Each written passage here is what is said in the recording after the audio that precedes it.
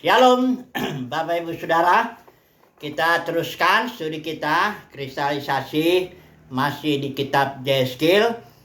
Ini sudah tema yang ke-8 yang kita ambil dari pasal 11. Seluruhnya pasal 11 ini yang LAI memberi judul pasal ini pemimpin Israel dihukum. Tapi ada nanti bagian di situ pemulihan ya, khusus untuk orang yang sudah dibuang. Karena kita tahu konteksnya ini Yehezkiel ketika dia melayani, memberikan suara kenabiannya.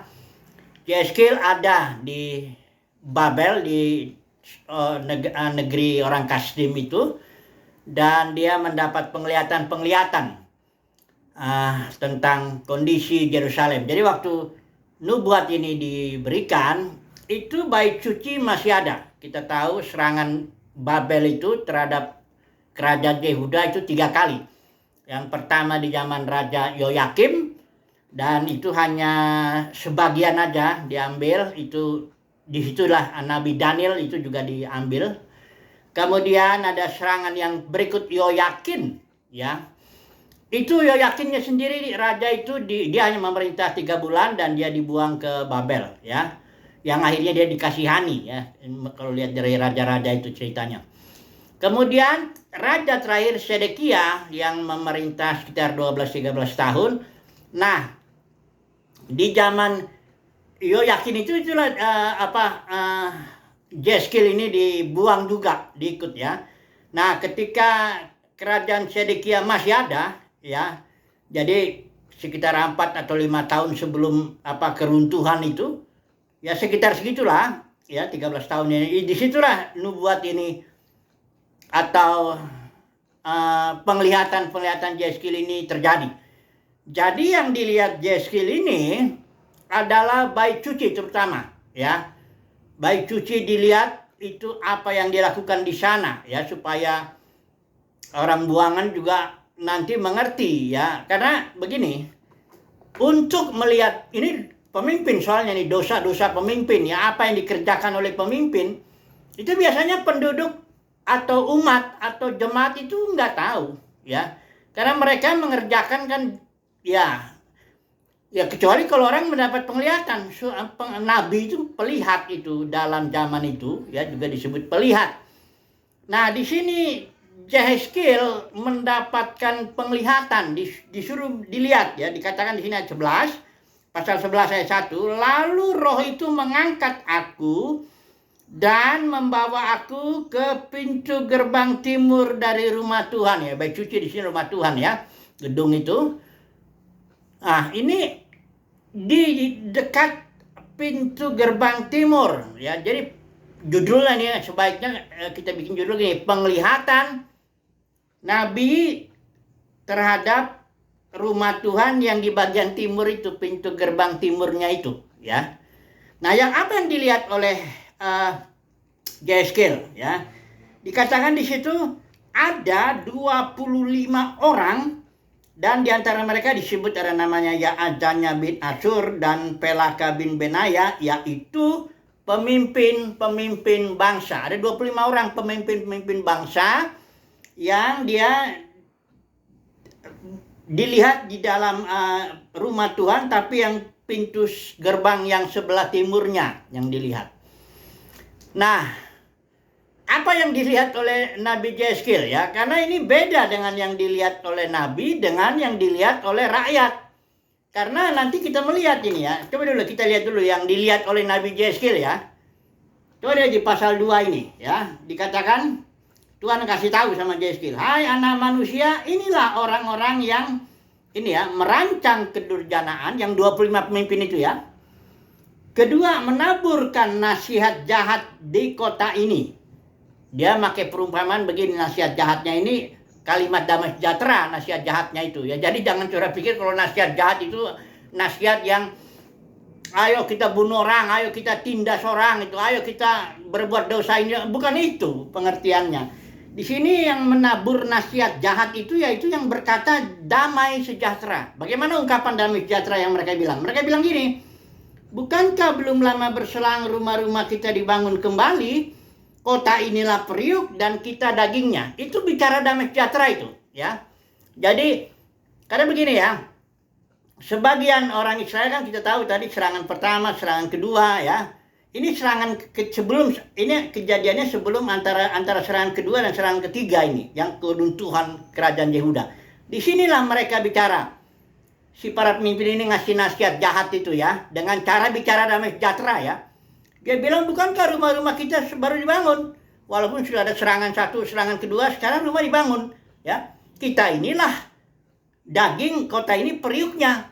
Bahkan penduduk Yerusalem kena dia nasihat itu. Dia bilang begini di pasal yang ke-14. Datanglah firman Tuhan, hai anak manusia, penduduk Yerusalem berkata, ini yang orang-orang yang di bawah para pemimpin yang 25 orang itu. Dia bilang begini, semua saudara-saudaramu, dia bicara tentang semua saudara-saudara yang sudah dibuang ya. Mereka telah jauh dari Tuhan katanya. Kepada kami tanah ini diberikan menjadi milik.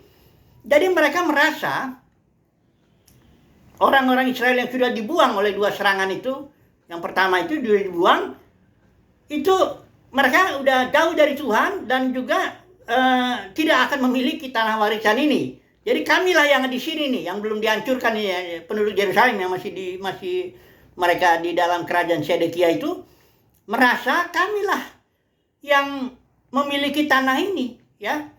Mereka yang sudah dibuang, saudara-saudara kami itu ya itu udah jauh dari Tuhan katanya di situ, ya. Nah, inilah nasihat jahat dari para pemimpin ini yang akhirnya menyebar dan dipercaya oleh penduduk Yerusalem. Kenapa nasihat itu jahat? Karena begini, sebenarnya yang dibuang itulah yang sebenarnya, yang kalau kita lihat dari Nabi Yeremia itu, dia lihat mengenai buah hara, keranjang buah hara. Soalnya kita udah pernah pelajarin itu ya. Ada dua, Nabi Yeremia melihat dua keranjang buah hara.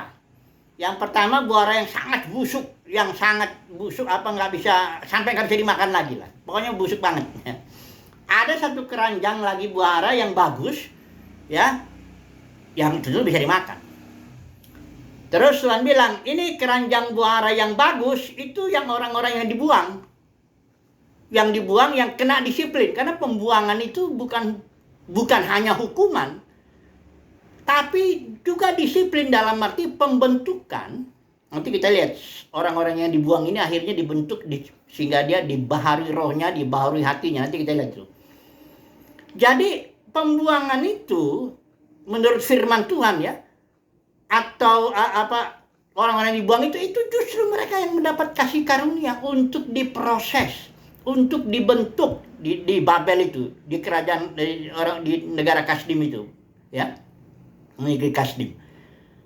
Sementara buah hara yang busuk itu yang orang-orang yang masih di Yerusalem, kerajaan Yehuda itulah, termasuk pemimpin yang 25 orang ini, termasuk penduduknya Yerusalem, terus orang-orang yang, ya, pokoknya orang-orang yang belum dibuang, yang belum didisiplin lah, ya. Itu justru yang buah hara busuk. Tapi nasihat ini para pemimpin kebalik. Dia bilang, oh enggak, ini mereka sudah dibuang, mereka sudah jauh dari Tuhan, tanah ini menjadi milik kami. Tanah ini seperti periuk, kami dagingnya. Ya, kira-kira itu ungkapan. Ini bicara damai sejahtera, tentu disenangi oleh penduduk Yerusalem pembicaraan itu. Kenapa disenangi oleh ya? Jelaslah. Itu kan penduduk Yerusalem bilang, oh puji Tuhan, berarti mereka saudara-saudara kami yang dibuang itu udah kena ya, nggak diberkati lah barangkali apapun ngomongnya itu. Tapi intinya kamilah, mereka udah jauh dari Tuhan, kamilah di sini yang akan mewarisi negeri ini, ya. Jadi ini jahat ini. Kenapa jahat? Karena kebalikan dari firman Tuhan. Jadi orang yang ngomong kebalikan dari firman Tuhan itu nasihat jahat, walaupun kedengaran enak di telinga. Sedikit dulu saya bicara ya di dalam kekristenan ya, sebelum nanti kita balik lagi ke sini. Dan kekristenan ini banyak nasihat-nasihat yang enak kedengaran telinga ya. Karena orang banyak itu senang. Siapa yang nggak senang kalau bicara engkau diberkati, tenang aja. Dunia kekristenan itu baik-baik aja. Kita di sini memuji Tuhan, kita di sini ini bicara berkat lah, bicara damai sejahtera lah. Biasanya nabi palsu, guru palsu itu bicaranya damai sejahtera. nggak membuat orang bertobat gitu, nggak membuat orang sadar realitanya gimana. Ini kayak orang di gereja Laodikia tuh. Gereja Laodikia tuh dia ngomongnya kenapa? Kami ini kaya, memperkaya diri, tidak kekurangan apa-apa. Kenapa mereka bisa ngomong gitu? Pasti kan para pemimpinnya ngomong, engkau diberkati, engkau makmur, begini-begini. Pokoknya enak-enak. Sehingga jemaatnya merasa, oh ya betul ya. Kita juga kebetulan barangkali mereka itu yang ngomong itu orang-orang kaya, secara jasmani, kaya secara jasmani. Tapi apa kata firman Tuhan? Gereja di Laodikia itu. Firman Tuhan bilang, engkau nggak kaya. Engkau buta, melarat, miskin, telanjang. Itulah kenyataanmu, karena aku menilai realitanya, apa adanya engkau itu ya begitu. Tapi para pemimpin nasihat yang menabur nasihat jahat ini, para pemimpin gereja Laodikia itu, secara khusus, dia ngomong sesuatu yang bukan realita, ilusi gitu ya. Lawannya realita itu ilusi. Jadi nanti saya mau bicara ini, I am the truth, yang aletheia itu istilah Yunani, itu artinya realita, apa adanya sesuatu. Yesus itu apa adanya sesuatu. Kalau orang benar-benar melihat, apa mendapat kasih karunia untuk melihat, berarti dia melihat apa adanya sesuatu, realitanya, bukan ilusi. Kalau orang dapat penglihatan tentang dunia kekristenan, dia akan lihat itu yang sebenarnya. Contohnya di bait suci itu ya, di zaman Yesus itu. Coba lihatlah di situ, para orang Farisi sedang bekerja ya, dia punya pembantu-pembantunya yang melakukan, ada penjualan, ada money changernya di sini, ada hewan-hewannya di pelataran bait suci itu. Mereka itu sedang kusuk. Tidak ada yang tahu bahwa itu sedang terjadi, sedang merubah bait suci menjadi sarang penyamun. Tidak ada yang tahu. Semuanya berjalan dengan damai. Apalagi barangkali ahli Taurat, Sanhedrin, Kayafas dengan pemimpinnya itu bicara yang bagus. Mereka dihormati oleh orang banyak. Ya, barulah setelah datang Yesus yang adalah realita, dia melihat ngamuk, dia hancurkan itu semuanya, di meja penukar uang dibalikan. Dan Yesus bilang, jangan jadikan rumah Bapakku menjadi sarang penyamun. Jadi yang dilihat Yesus itu bukan bait suci. Realitanya adalah sarang penyamun. Kenapa? Ya karena orang dagang di situ cari untung, sikut-sikut uang jabatan apa bukan sarang penyamun itu. Kalau saudara lihat dunia kekristenan itu tanpa melihat ya, artinya nggak dapat kasih karunia untuk melihat, emang kita akan merasa, oh ini damai sejahtera, kita punya program bagus, kita punya gedung-gedung bagus, kita punya penginjilan bagus, program ini, program itu, aturan agama bina. Itu karena nggak melihat, nggak dapat kasih karunia untuk melihat ya. Ini beda ya. Beda orang yang sakit hati ya, sakit hati sama dunia kekristenan karena nggak dapat jatah istilahnya. Gue nggak dapat duit dari situ, dari pelayanan, gue nggak dapat untung dari, atau orang-orang yang lain itu orang-orang yang bicara begitu sakit hati karena sakit hati, pahit gitu ya hatinya ya. Tapi orang umat pilihan Tuhan, dia nggak ngomong karena sakit hati, dia justru karena melihat kenyataannya beginilah. Bedanya dunia kekristenan dengan gereja mula-mula itu ya begini, ada penyakitnya ya, ajaran Jebel, Biliam, Nikolaus yang dibukakan di firman Tuhan di Wahyu pasal 2 pasal 3 ya. Ini persoalan loh ya. Banyak orang selalu kalau bicara ini jangan menghakimi katanya, kan gitu kan.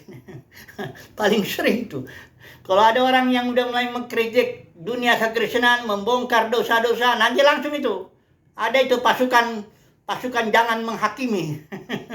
Pasukan yang mengatakan jangan menghakimi itu ya. Aduh, ini ya sudahlah ya. Toh juga nanti Alkitab bilang tidak ada sesuatu yang tertutup yang tidak dibukakan. Nah, ini dia penghiburan buat orang-orang umat pilihan Tuhan ini. Penghiburan sekali firman itu. Karena dikatakan di situ tidak ada sesuatu yang tertutup yang tidak akan dibukakan. Ini 25 pemimpin ini karena duluan dilihat oleh Nabi Yeskil. Cepat atau lambat, dosa-dosa mereka, kebusukan mereka ini akan dibukakan juga di hari penghakiman nanti. Karena di Matius 7 ayat 21-23, di situ dia bilang, pada waktu itulah aku akan berterus terang, kata Tuhan Yesus. Ya di situ konteksnya itu ada para pemimpin yang melakukan perbuatan mujizat. Kami sudah bernubuat demi namamu. Kami sudah mengusir setan demi namamu. Kami sudah mengadakan banyak mujizat demi namamu. Tuhan bilang, aku nggak kenal kamu karena kamu berbuat kejahatan. lawlessness, ya. Itu artinya anomia istilah Yunaninya. Berbuat sesuatu yang tidak menurut aturan hukum. Karena di sini dosa para pemimpin yang berikut ini, dia tidak melakukan peraturan Tuhan, tapi peraturan bangsa-bangsa sekitarnya. Kalau ayat 12 ya, saya lihat. Di sini dikatakan, dan akulah Tuhan karena kelakuanmu tidak selaras dengan ketetapan-ketetapanku dan peraturan-peraturanku tidak kamu lakukan. Bahkan engkau melakukan peraturan-peraturan bangsa-bangsa yang di sekitarmu. Jadi dia bikin aturan sendiri lah ya. Misalnya ya, ini apa, kita sudah harus masuk dulu ke apa ya, ke pemulihan ya. Tapi atau gini lah, pegang dulu lah ini. Kita langsung aja masuk ke pemulihan. Yang orang yang dipulihkan Tuhan itu justru yang udah dibuang ya. Nanti kita baca ya, atau kita langsung aja ke sini. Nanti supaya kita pegang dulu ya. Ini ada orang-orang yang dosa para pemimpin itu sebenarnya ada 3. Ada di sini, termasuk di sini membunuh. Ya tentu tidak harus bunuh jasmani. Karena dengan memberikan nasihat jahat ya, dengan menabur apa, dengan merancang kedurjanaan, itu sebenarnya sama juga dengan membunuh ya. Para pemimpin ya, kalau misalnya dia mengucapkan sesuatu yang tidak benar ya, yang membuat orang nggak bertobat, itu kan sama juga membunuh itu ya. Tinggal tunggu waktu aja, nanti akhirnya dia jadi nggak bertobat kan mati kan, hukuman dosa, upah dosa maut ya, gitu dia. Nah, mari kita langsung aja masuk ke pemulihan nih, supaya kita nanti saya mau bicara soal perjanjian baru. Ini banyak para pemimpin dalam kekristenan ini ngomong bahwa perjanjian lama tuh itu masih aturannya masih ada, khususnya aturan hukum perpuluhan lah, hukum buah sulung lah. Tapi mau-maunya aja diatur. Kalau perpuluhan tuh kalau dalam konteks Israel itu cuma hasil tani ternak ya, tuh di sini duit kata. Hukum perpuluhan tuh kalau diterapkan itu kan perpuluhan tuh buah sulung ya, yang duluan, hasil tani itu yang duluan itu. Di sini dibilang gaji seluruh bulan Januari katanya. Kan mau-maunya aja dia ngomong itu. Karena apa ya? Supaya dapat duit dari jemaat gitu kan. Ini dia nasihat jahat, inilah dia yang membunuh, inilah dia yang bikin peraturan-peraturan bangsa-bangsa lain. Tapi tidak dilihat persoalan sekarang, karena Yesus belum terus terang. Tapi nanti di Matius 7, 21, 22, sekarang kita semua akan menghadap tahta pengadilan Kristus. Di situ akan ketahuan siapa-siapa yang hamba Tuhan, siapa-siapa yang hamba Mamon, ini kerjanya ngomong khotbahnya UUD, ujung-ujungnya minta duit gitu. Ngomong damai sejahtera, tenang, kita diberkati, kita begini, tapi tahu maksud motifnya tuh kalau nggak uang, jabatan, kemuliaan manusia, popularitas, apa semua yang begitu. Ini yang akan nanti dibukakan. Kalau sekarang ya enggak, biarpun kita ngomong, saya yakin biarpun umat pilihan Tuhan bicara nggak akan didengar. Tapi enggak apa-apa. Yeskiel juga begitu kok. Jadi panggil Tuhan, engkau bicara ya, tapi engkau diutus kepada kaum pemberontak. Mereka nggak akan dengar engkau. Tapi setidaknya mereka tahu bahwa masih ada nabi. Ya gitu aja. Jadi memang ngeri juga ya dipanggil Tuhan ya. Ya bukan berarti engkau akan disambut, engkau nggak akan didengar. Tapi pokoknya sampaikan aja. Ya entah mereka mau dengar mau enggak, itu bukan urusan kamu. Yang penting kamu sampaikan. Dan mereka biar tahu aja bahwa ada nabi ya, gitu. Nah, mari kita lihat pemulihan ini ya sebelum kita masuk. Intinya pemulihan ini mirip dengan pemulihan perjanjian baru. Di sini dikatakan ayat 19 ya, pasal 11 ya. Aku akan ini kepada mereka yang dibuang ya. Jadi yang di dalam yang belum didisiplin, yang kena nasihat jahat yang 25 para pemimpin bangsa ini dengan penduduknya, ini buah hara busuk ini. Enggak dapat pemulihan ini. Tapi yang di sini nih, yang dibuang ini ya, ini yang umat pilihan Tuhan juga yang dibuangnya itu justru. Dia bilang ayat 19, Tuhan bilang, ya, aku akan memberikan mereka hati yang lain dan roh yang baru di dalam batin mereka. Aku akan menjauhkan dari tubuh mereka hati yang keras, memberikan mereka hati yang taat. Ya, ujung-ujungnya gini, mereka akan menjadi umatku dan aku akan menjadi Elohim mereka. Itulah inti daripada perjanjian baru, ya. Kalau perjanjian baru itu, kalau perjanjian lama itu, mari kita masuk aja dulu ke Ibrani 8 ya. Karena begini, orang-orang yang nggak ngerti perjanjian ini, para pemimpin ini, ya, dia selalu mencampur adukan yang mana perjanjian lama, mana perjanjian baru. Ada juga saya dengar khotbah belakangan ini, katanya itu Tuhan Yesus nggak menganulir perjanjian lama, ya. Jadi hukum-hukum perjanjian lama tetap berlaku. Saya udah tahu arahnya, walaupun dia bicara waktu itu soal lemak-lemak, katanya. Kalau lemak itu sebenarnya di perjanjian lama dibakar untuk Tuhan, sementara kalau di sini dimakan jadi lemak di perut dan sebagainya. Tapi saya tahu ujung-ujungnya tuh pasti hukum perpuluhan juga, hukum buah sulung lah, hukumnya macam-macam lah yang dia akan arahkan ke situ, ya, perjanjian lama. Nanti rumah Tuhan pun dibilang bukan gereja, bukan orang, tapi gedung denominasi. Jadi sehingga arahnya saya udah ngerti tuh, ya, khotbah-khotbah yang ini. Padahal di dalam perjanjian baru, coba lihat dulu di dalam Ibrani 8 ya. Saya ajak saudara baca pakai ILT aja ya. Perjanjian baru itu apa sebenarnya? Saudara tahu ya, perjanjian lama itu adalah suatu perjanjian yang dilakukan, yang terjadi antara Yahweh, ya, dengan Israel yang diperantarai Musa di Gunung Sinai itu 1500 tahun kurang lebih sebelum Yesus datang. Kemudian perjanjian baru adalah perjanjian yang dibuat oleh Yesus, ya, di malam terakhir itu dengan murid-muridnya, ya. Dia kasih roti, dia kasih ini darah, anggur.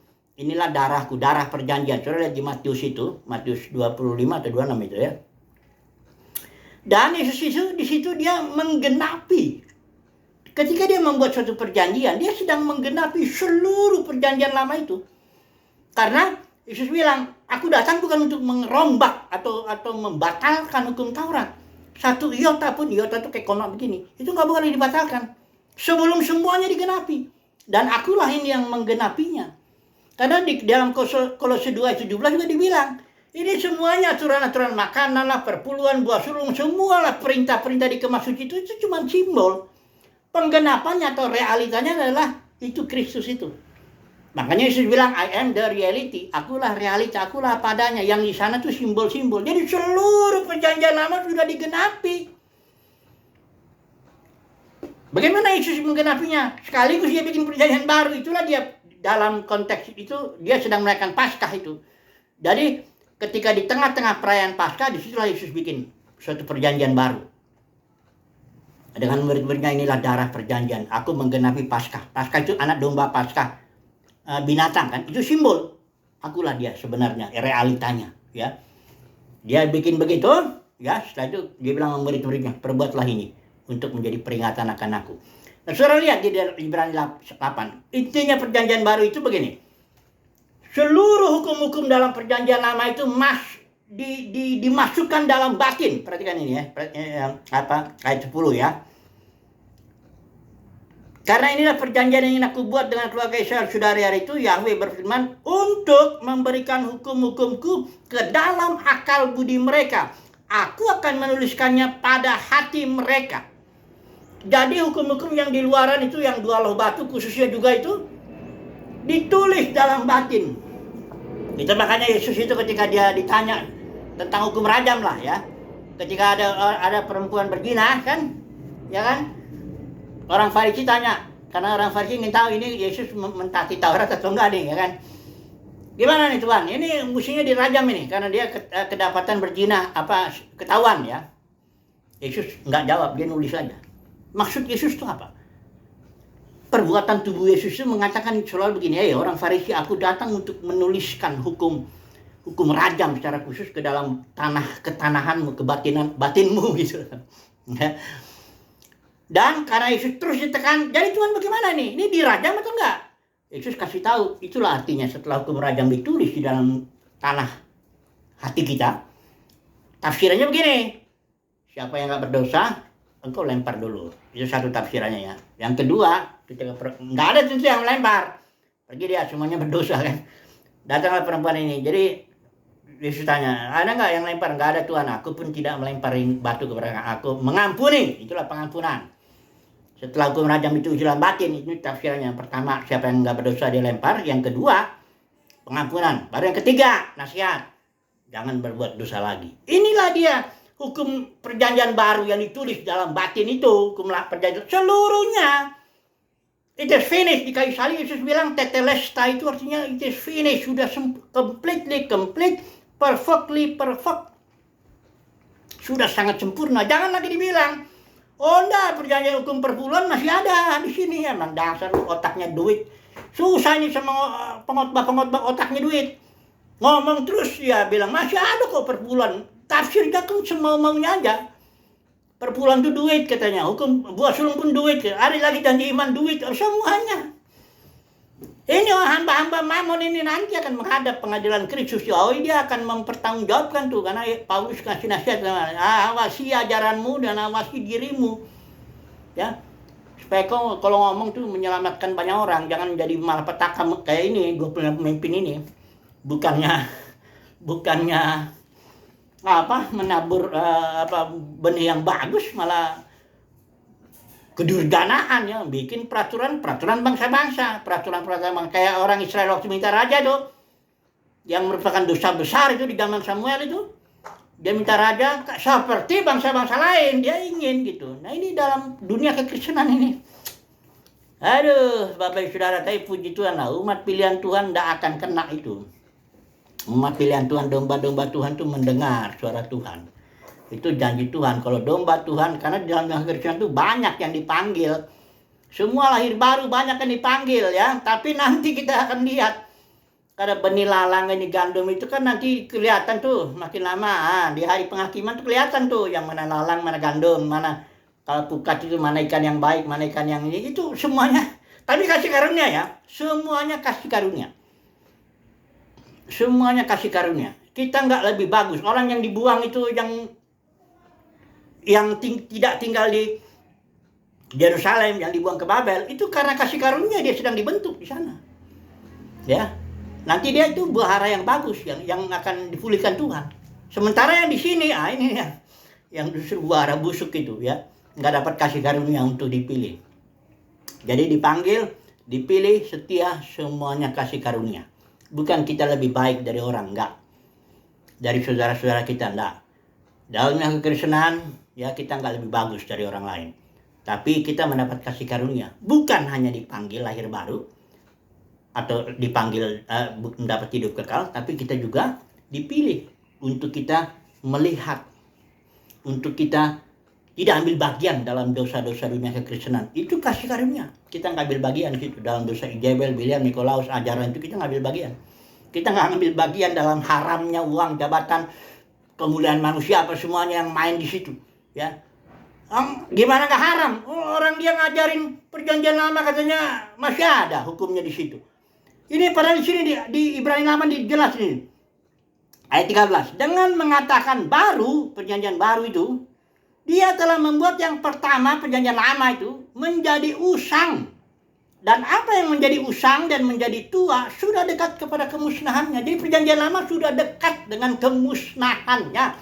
Kemusnahannya itu kenapa? Bukan karena dia dibatalkan. Karena dia sudah digenapi. Itu mesti ditangkap lagi. Saya ulangin lagi deh kalimat ini. Kadang-kadang, ya, kalau orang udah cinta uang, jadi bego, jadi tolol, jadi nggak bisa melihat. Itu karena cinta uang. Karena Biliam pun itu nggak bisa dilihat, ada malaikat menggal kepalanya, itu bahkan keledai itu udah bisa lihat, awas di situ ada malaikat, bisa kepala kita copot.